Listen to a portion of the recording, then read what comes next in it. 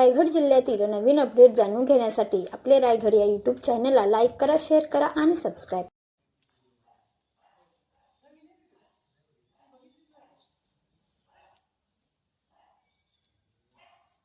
नमस्कार, मी नंदकिशोर भगत, चेअरमन रायगड जिल्हा ग्रामसेवक सहकारी पतसंस्था. मी प्रथम आपणा सर्वांचे आजच्या ह्या पत्रकार परिषदेच्या निमित्ताने स्वागत करतो. आपण आता जो प्रश्न उपस्थित केला की काही दिवसांपासून रायगड जिल्हा ग्रामसेवक सहकारी पतसंस्थेवरती तसेच वैयक्तिक माझ्यावरती वेगवेगळ्या प्रकारचे आरोप केले जातात. ह्यामध्ये केलेले सर्व आरोप हे अत्यंत बिनबुडाचे, चुकीचे व मला बदनाम तसेच संस्थेला जाणीवपूर्वक बदनाम करण्याच्या उद्देशाने केलेले जात आहेत. ह्या संस्थेचा कारभार अत्यंत सुरळीत व्यवस्थित सुरू आहे. आजचं पत्रकार परिषद घेण्याचं नेमकं आता काय कारण आहे आणि जे आरोप तुमच्यावर झालेले आहेत तर त्याचे काही आरोप करणारे जे आरोप केले त्याचं कारण नेमकं काय आहे? आता ह्यामध्ये जे काय आरोप झालेले आहेत, जे नेमकं काय कारण आहे ती व्यक्ती सांगू शकते. मात्र जे त्यांनी त्यामध्ये आरोप केलेले आहेत की त्यांचं असं मत आहे की रायगड जिल्हा ग्रामसेवक पतसंस्थेची जी उपविधी आहे त्यामध्ये 2013ला अशा स्वरूपाचा बदल करण्यात आलेला आहे की एखाद्या संचालकाची बदली एका तालुक्यातून दुसऱ्या तालुक्यात झाल्यास त्याचं पद रद्द करावं. या संदर्भात संबंधित तक्रारदार अर्जदार यांनी गेल्या वर्षी ही एप्रिल महिन्यात सार्वत्रिक निवडणूक झाल्यानंतर 10 दिवसातच माननीय उपजिल्हा निबंधक यांच्याकडे तक्रार अर्ज दाखल केलेला होता. त्यावेळेलाही आम्ही आमचं म्हणणं स्पष्टपणे नमूद केलेलं आहे. रायगड जिल्हा ग्रामसेवक संवर्गाची जी निवडणूक झाली ती संपूर्ण जिल्हा मतदारसंघ हा विचारात घेऊन झाली. तशा स्वरूपाचे नोटिफिकेशन प्रसिद्ध करण्यात आलेलं आहे. कुठल्याही स्वरूपात तालुका मतदारसंघाप्रमाणे निवडणूक झालेली नाही. त्यामुळे माझं जे पद आहे ते जिल्हा स्तरावरचंच पद आहे. त्यामुळे माझी जरी बदली झाली तरी माझ्या पदाला काही धोका झालेला नाही आणि ते पद जरी यांनी त्यावेळेला मागणी केली होती की माझं पद रद्द व्हावं, परंतु मान्य जिल्हा उपनिबंधक यांनी ते पद आस्थागायत अबाधित ठेवलेलं आहे.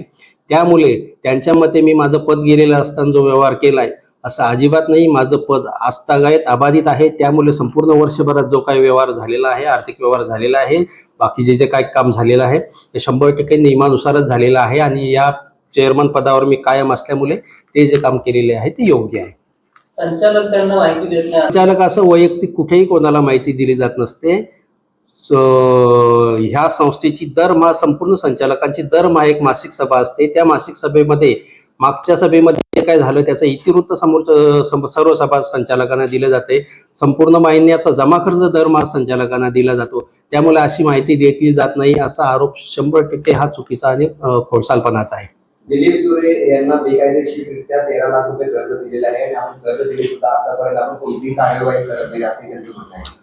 आता आपल्याला प्रथम आपल्या निदर्शनास आणून देण्यात येत आहे की ही जी संस्था आहे ही पगारी कर्मचाऱ्यांची सहकारी पतसंस्था आहे. जे ह्या कर्मचारी ग्रामसेवक संवर्गातील कर्मचारी आहेत ते ह्या सदस्य याचे संस्थेचे सभासद आहेत. ज्या वेळेला दिलीप तुरे यांना कर्ज दिलं त्यावेळेला ते सेवेत होते. त्यामुळे तत्कालीन जी आमचं संचालक मंडळ होतं त्या मीटिंगमध्ये मान्यता घेऊनच त्यांना हा कर्ज पुरवठा केलेला आहे. मात्र ते निवृत्तीच्या जवळ आले असताना काही कारणास्तव त्यांना निलंबित प्रशासनाकडनं करण्यात आलं.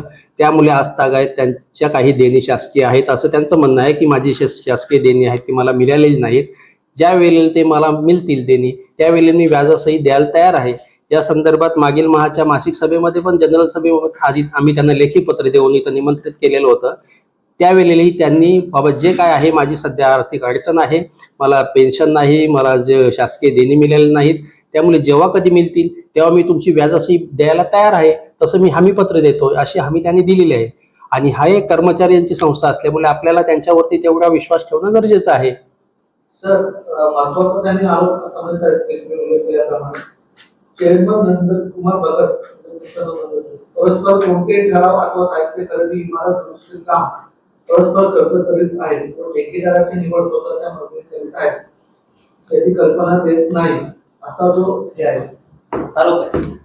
आता जो तुम्ही उल्लेख केलात ह्या संस्थेच्या दुरुस्तीचं, ह्या संस्थेत लागणाऱ्या साहित्याचं जे काही खरेदी झाली, दुरुस्तीचं काम झालं हे संस्थेच्या त्या वेळच्या सभेमध्ये त्याला मंजुरी घेऊनच केलेलं आहे. ठेकेदाराची निवड ही संस्थेच्या मासिक सभेमध्ये निविदा प्रक्रिया पूर्ण करून त्याप्रमाणेच जो कमी दराची निविदा आहे ती मंजूर केलेल्या आहे आणि त्याप्रमाणेच ठेकेदार नेमलेला आहे. व साहित्य खरेदीच्या बाबतीत जर तुम्ही बोलाल तर साहित्य खरेदीच्या वेळी ते जरी ऑफिशियली नसेल रेकॉर्ड तरीही आम्ही साहित्य खरेदीबाबतच्या त्यांच्या फोटोसहितच्या किमतीसहितच्या व्हॉट्सअप ग्रुपवरती जो संचालकांचा ग्रुप आहे त्याच्यावरती प्रसिद्ध करून त्याच्या किमती शेअर केलेल्या आहेत. ह्यापेक्षा कमी किमतीमध्ये जर कोण द्यायला तयार असेल, कोणा मुख्य संचालकाकडे जर असेल सप्लायर तर त्याप्रमाणे त्यांनी सजेस्ट करावं, त्यांच्याकडून आपण घेतलं जाईल आणि जी काही खरेदी झाली ती नियमाप्रमाणे संबंधिताचे दरपत्रक कोटेशन घेऊन संचालक मंडळाच्या मंजुरीनेच केलेली आहे. अशी कुठलीही गोष्ट नाही की जी परस्पर चेअरमनने केलेली आहे.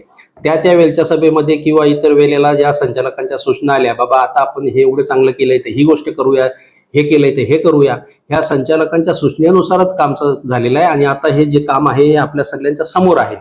20 पैकी 2 संचालकांनी जे काही आमच्या विरोधात तक्रार दिलेली आहे त्या संदर्भात त्यांनी कोणत्याही पुराव्याशिवाय वादळवारा लाईव्ह आणि लोकशक्ती लाईव्ह या यूट्यूब चॅनेलवरती संस्थेची आणि तशी वैयक्तिक लेवलला माझी बदनामी होईल अशा स्वरूपाचं बातम्या प्रसारित केलेल्या आहेत. त्याबद्दल संस्थेची आणि वैयक्तिक माझी खूप मोठी मानहानी झालेली आहे. अशा बातम्या प्रसिद्ध केल्यामुळे संस्थेच्या विश्वासार्हतेवरतीही प्रश्नचिन्ह निर्माण झाल्याची शक्यता आहे. त्यामुळे या संदर्भात आम्ही माननीय उपजिल्हा निबंधक यांच्याकडे सदर जे संचालक आहेत ज्यांनी बिनबुडाचे आरोप केलेले आहेत त्यांचं संचालक पद त्यांना अपात्र करण्याविषयीची आम्ही 18 संचालक मागणी करणार आहोत. जर त्या उपर तीही गोष्ट शक्य नसल्यास आमची पुढे जाऊन अशीही मागणी असणार आहे की जर संबंधित तक्रारदाराच्या म्हणण्याप्रमाणे जर माझे संचालक पद चेअरमन पद जर अवैध असेल तर झालेली निवडणूक प्रक्रिया ही चुकीची झालेली आहे. त्यामुळे संपूर्ण निवडणूक प्रक्रिया रद्द करावी, फेरनिवडणूक जाहीर करावी आणि निवडणुकीद्वारे पुन्हा नव्याने संचालक मंडळ स्थापन करावं अशी आमची 18 संचालकांची तर मागणी आहे. तशा स्वरूपाचं आम्ही निवेदन तयार केलेलं आहे. यावरच्या दोन्ही गोष्टी जरी शक्य नसल्या तर आमची त्याच्या पुढेही जाऊन एक पाऊल पुढे जाऊन आमची 18 संचालकांची ही मागणी आहे. आम्ही 18 संचालक राजीनामा द्यायला तयार आहोत.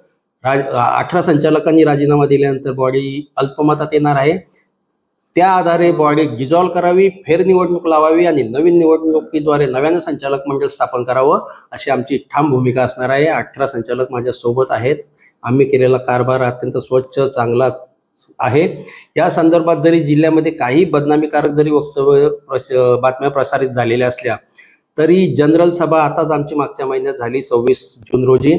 जनरल सभेमध्ये आमच्यावरती संचालक मंडळावरती एवढा लोकांचा विश्वास आहे की 100, 125, 150 लोक त्या सभेला उपस्थित असतानाही एका सदस्यानेही समोरून आम्हाला प्रश्न विचारला नाही की बाबा रे असं चर्चा आहे याच्यावरची काय प्रतिक्रिया आहे तुमची. कारण त्यांना माहीत आहे की हे जे काम चाललेलं आहे आणि हे खूप चांगलं चाललेलं आहे आणि ह्या ज्या तक्रारी आणि हे मेसेज फिरतात हे चुकीचे फिरतात, ते जाणीवपूर्वक एखाद्याला टार्गेट करण्याच्या उद्देशाने फिरतात. एवढा विश्वास आम्ही संपादन केलेला आहे. त्यामुळे असं आम्हाला काही भीती नाही ह्या अशा प्रकारच्या बदनामी करत बातम्यांची.